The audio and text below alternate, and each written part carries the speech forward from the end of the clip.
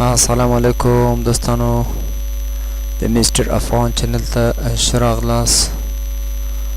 د نن ورځو درس دی فرنیچر د کور سامان. دوستانو له مونږ سره د صوفا یعنی کاوچ یا صوفا هغه سټونه چې مونږ په دفترونو کې ږدو او مونږ ورباندې کینو دې ته وایي صوفا یا کاوچ. ټیبل یعنی میز چیر چوکۍ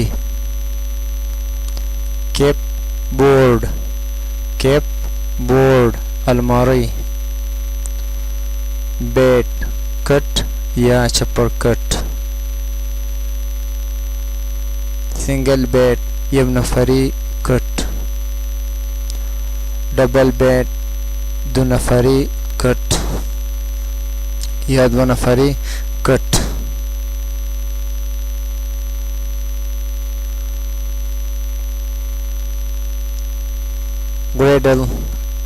کریډل زانګو هغه شی د دوستانو مونږ ته پښتو کې زانګو ورته وایي چې کله یو ماشوم پیدا شي په هغه کې مونږ زانګو کوو هغه ته وایي کریډل.